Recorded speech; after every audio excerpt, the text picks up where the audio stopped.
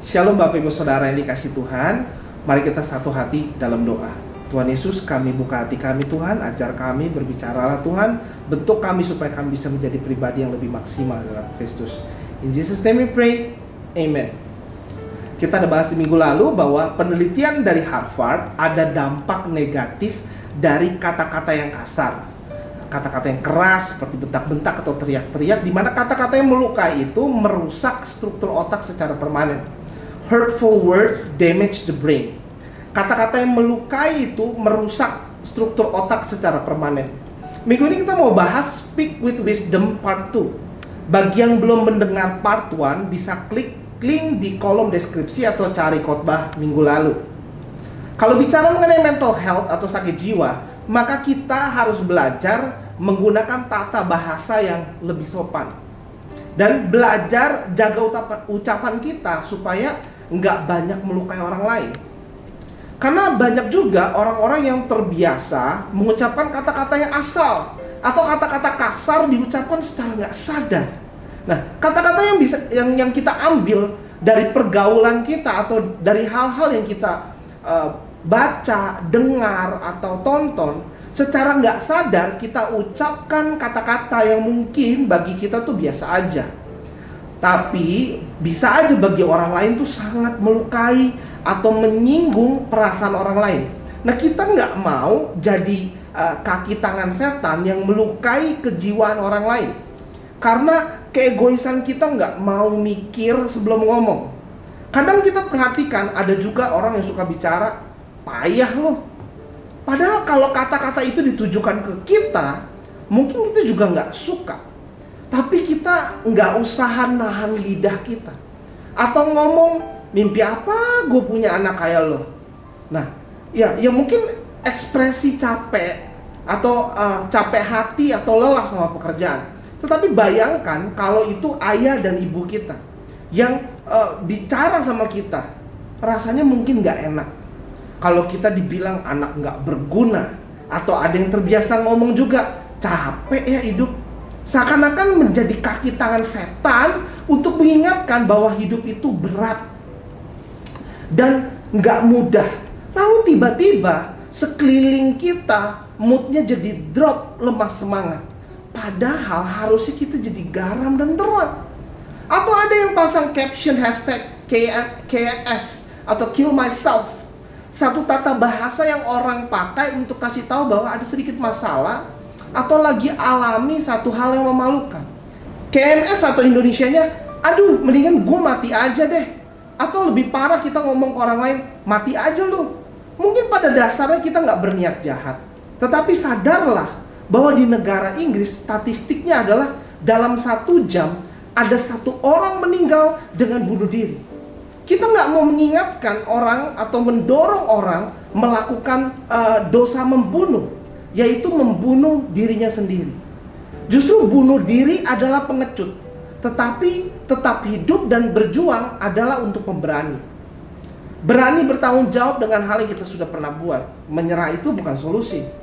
Nah, Yakobus 3 ayat 2, sebab kita semua bersalah dalam banyak hal. Barang siapa tidak bersalah dalam perkataannya, ia adalah orang sempurna yang dapat juga mengendalikan seluruh tubuhnya.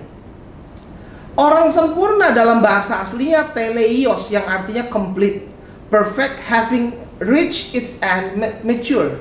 Bisa dibilang bahwa ciri-ciri orang yang dewasa rohani adalah orang yang bisa menjaga lidahnya atau orang yang tidak bersalah dalam perkataannya. Maka ini hal yang amat penting, apalagi kita dalam gereja Max in Christ, maksimal di dalam Kristus, dewasa rohani maksimal. Sehingga kita bisa cek melalui respon kita, caption kita, status kita, komentar kita. Ketika kita diberikan waktu untuk bicara, apakah dari pemilihan kata kita, dari choice of words, kita terbukti dewasa rohani apa enggak? Perhatikan ucapan kita. Atau misalnya ada juga orang yang nggak peduli sama orang lain. Orang yang merasa nggak apa-apa kalau perkataannya melukai perasaan orang lain. Atau ada juga orang yang nggak pengen jadi dewasa rohani.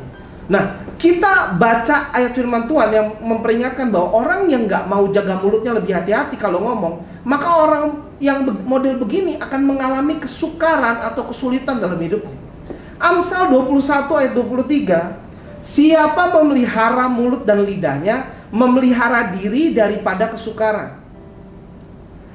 Kita harus memelihara mulut dan lidah.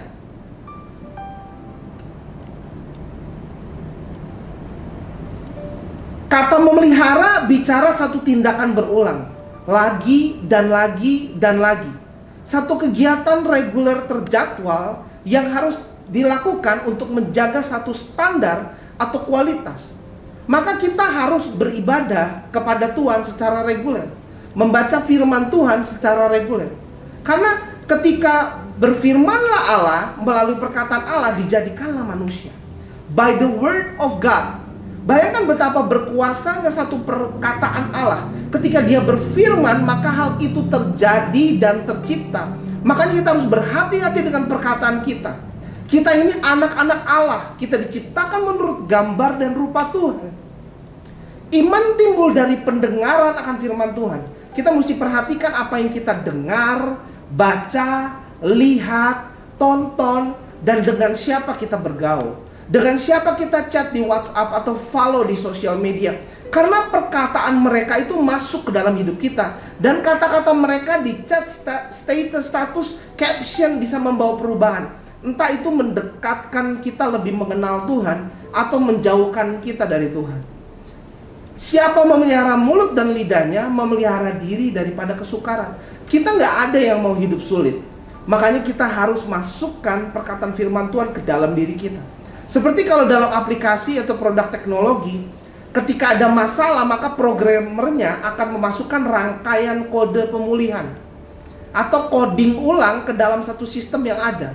Ketika di-coding dengan satu rangkaian yang sifatnya memperbaiki, maka biasanya errornya hilang. Pada dasarnya program awal setiap kita seharusnya itu baik.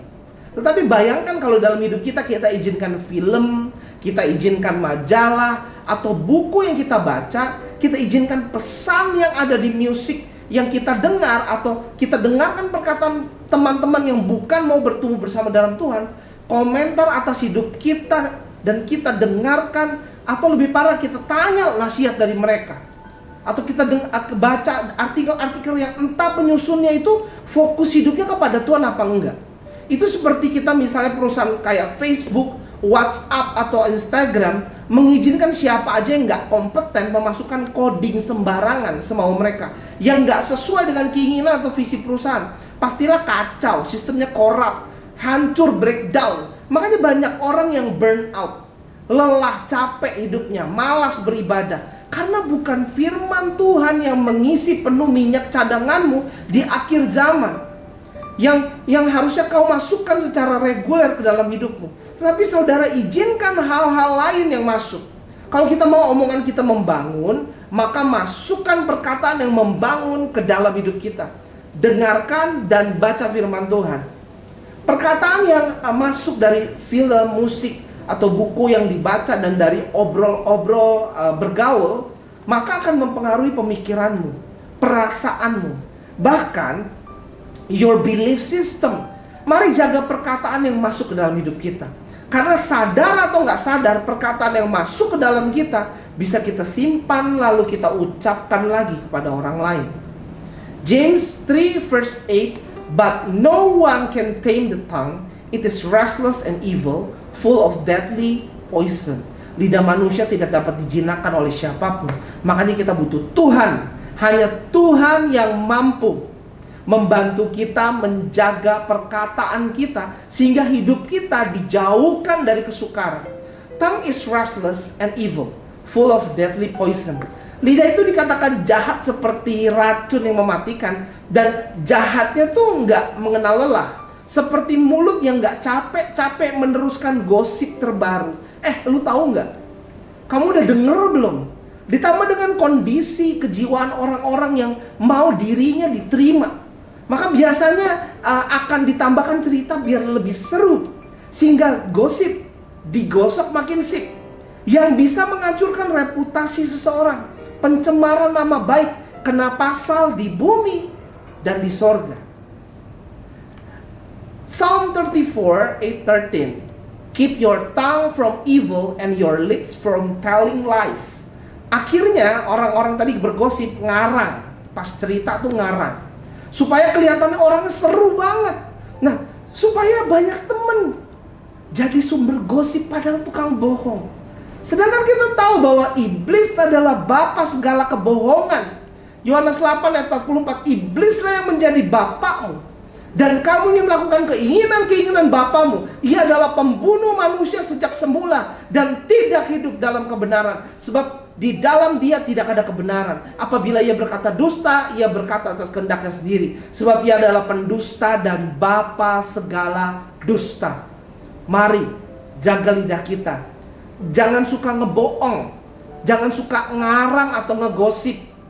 Jangan mau dipakai iblis, karena gosip itu bisa menghancurkan hubungan. Bisa menghancurkan hubungan pertemanan, keluarga, atau reputasi seseorang. Proverbs 16 verse 28. A contrary man spreads conflict, and a gossip separate friends. Gossip separate friends. Jangan bawa perpecahan dan konflik karena perkataan kita. Seharusnya kalaupun kita ada melihat kekurangan seseorang, bukan porsi kita untuk menghakimi. Sadarlah, kita bukan Tuhan. Seharusnya kita jadi garam dan terang, bukan jadi kompor dan bensin. Kasih itu menutupi segala sesuatu, percaya segala sesuatu, mengharapkan segala sesuatu. Kalau kita nggak setuju akan sesuatu pendapat, ya belum tentu pendapat kita itu pasti benar. Jangan main pengaruhi kiri kanan kita. Gosipkan tentang orang-orang yang kita nggak suka. Sadarlah bahwa orang yang kita nggak suka pun tetap ciptaan Tuhan.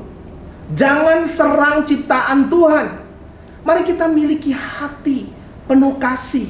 Doakan orang-orang itu. Jangan malah karena kamu nggak suka sama orang itu, kamu hasut teman-teman yang lain untuk nggak suka sama orang itu. Kamu gak suka pun ada kok orang lain yang mungkin suka dan mau berteman sama orang itu. Mari, miliki hati penuh kasih. Ampuni orang itu. Tahukah saudara, ada statistik yang menunjukkan bahwa manusia secara rata-rata akan ngomong sekitar 11 juta kata dalam 1 tahun. Dan dihitung bahwa kalau diandaikan usia seseorang itu sekitar 65 tahun, maka ada 715 juta kata-kata diucapkan sepanjang kehidupan orang itu. Perkataan itu penting banget bagi Tuhan. Dia memperhitungkan setiap perkataan kita. Matthew 12 verse 36. Tetapi aku berkata kepadamu, setiap kata sia-sia yang diucapkan orang harus dipertanggungjawabkannya pada hari penghakiman. Makanya jagalah mulut kita. Bayangkan kita harus mempertanggungjawabkan 715 juta kata di penghakiman terakhir. Ada satu orang tua yang menyebarkan gosip bahwa tetangganya adalah seorang pencuri. Nah, gara-gara hal itu maka anak muda tetangga orang itu ditangkap oleh polisi. Tapi setelah diperiksa terbukti nggak bersalah. Nah, tetapi tetap anak muda ini merasa malu ketika berjalan balik ke rumahnya. Akhirnya anak muda ini nuntut orang tua tersebut karena pencemaran nama baik. Nah, dalam pengadilan orang tua itu berkata kepada hakim, "Oh Pak, itu cuma obrol-obrol ringan, nggak ada maksud apa-apa Pak." Nah, hakim meresponi, "Oke, Bapak sekarang tolong tuliskan semua perkataan fitnah Bapak terhadap tetangga Bapak itu ke dalam sebuah kertas. Lalu potong-potong kertasnya, robek-robek, dan dalam perjalanan pulang ke rumah, tolong buang itu potongan kertasnya. Besok Bapak datang lagi untuk dengar hasil putusan sidang ya." Nah, keesokan harinya di persidangan, hakim itu berkata, "Sebelum menerima hasil sidang, tolong Bapak keluar dari ruang persidangan, lalu coba kumpulkan semua potongan kertas yang kemarin Bapak buang." Lalu orang tua itu kaget. "Loh, kertasnya kan udah ketiup angin Pak kemarin. Saya nggak tahu loh harus cari di mana." Nah, hakimnya meresponi, "Itulah Pak, walau cuma obrolan iseng, tetapi udah terlanjur menghancurkan nama baik seseorang Pak. Gosip jeleknya udah terlanjur menyebar, dan akhirnya orang tua itu mendengar hal ini, dia merasa bersalah dan minta maaf." Nah, Kita mesti jaga setiap perkataan yang keluar dari mulut kita. Karena setiap kata-kata yang diucapkan seseorang harus dipertanggungjawabkan di hari penghakiman terakhir. Maka berbicaralah dengan bijaksana. Speak with wisdom. Izinkan saya berdoa bagi hidup saudara. Tuhan Yesus, hamba-Mu berdoa Tuhan. Kami percaya Tuhan, pagi siang hari ini Tuhan, kami butuh Tuhan. Ampuni Tuhan atas setiap perkataan kami. Ampuni setiap hati kami yang jahat Tuhan. Hati kami yang membantu mengeluarkan kata-kata yang tidak menyayangi ciptaan Tuhan. Ampuni kami Tuhan. Biarkan pagi siang hari ini Tuhan mampukan kami Tuhan, supaya kami bisa bertutur kata baik, penuh kasih, hati kami penuh kasih, sehingga dari ucapan kami orang-orang mengenal ada Kristus. Dan melalui perkataan kami itu memberkati begitu banyak orang. Di dalam nama Tuhan Yesus kami berdoa mengucap syukur. Amin. Thank you for watching. Sampai ketemu minggu depan. Tuhan Yesus memberkati. Happy Sunday.